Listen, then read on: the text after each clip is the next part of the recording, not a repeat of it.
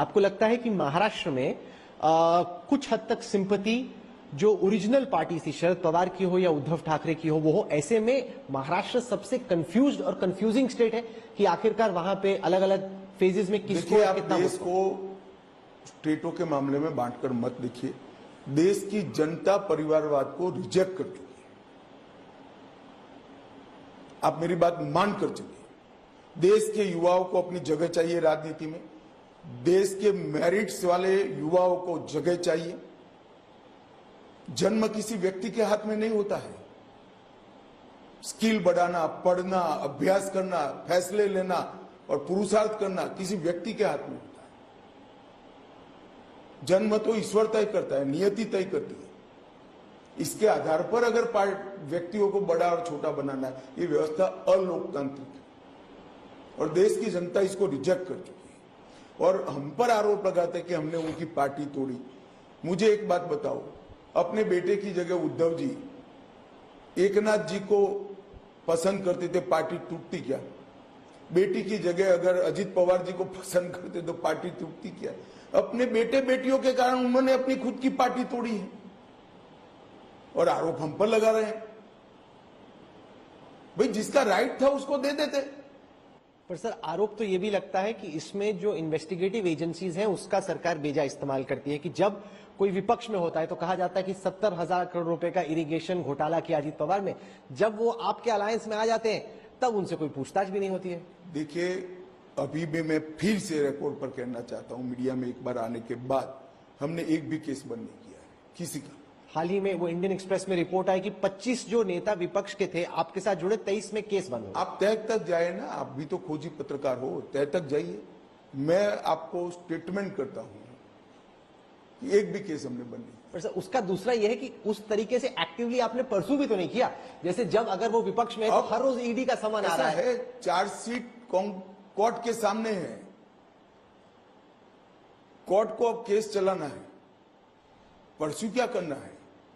Court हमारे कहने से नहीं चलती है। नहीं, तो इन्वेस्टिगेटिव एजेंसी तो उस जोश से नहीं लड़ती जब विपक्ष में होता है समन समन समन। ऐसा आप मानते हो, ऐसा आप मानते हो। ये तो राहुल जी और सोनिया जी पर केस है, वो भी कहां चल रहा है। चिदम्बरम साहब पर केस है, वो भी कहां चल रहा है। वो क्या हमारे में आ गए है क्या? 9 साल हो गए राहुल सोनिया पर केस हुए। वो कौन सा ट्रस्ट था उनका, कोई अखबार का घोटाला था? नहीं, Rajiv Gandhi, National Herald, National Herald वाला। चिदम्बरम साहब का केस हुए कितने साल हो गए, कोर्ट में पड़े हैं। हमने हमारा काम कर दिया है। तो आप कह रहे हैं जैसे प्रफुल्ल पटेल तुम कहते हो तो फास्ट करा देते हैं, कोर्ट को रिक्वेस्ट डालते हैं, फिर कहेंगे कि विंडिक्टिव अप्रोच है। नेचुरल कोर्स में कोर्ट आगे राहुल स्टेटमेंट कर दे, चलो रिक्वेस्ट करो एज अ सिटीजन, तो हम फास्ट करा। मैं चाहूंगा कि सब केसेस में वो ये नहीं कि वो बीजेपी में हो, अलायंस हो। ऐसा है, बेजा प्रायोरिटी इधर और साइड से आप देना भी ठीक नहीं है। आम नागरिक का केस भी महत्वपूर्ण होता है। हमारे साथ नहीं आए, इसके भी इसी स्पीड से चल रहे हैं।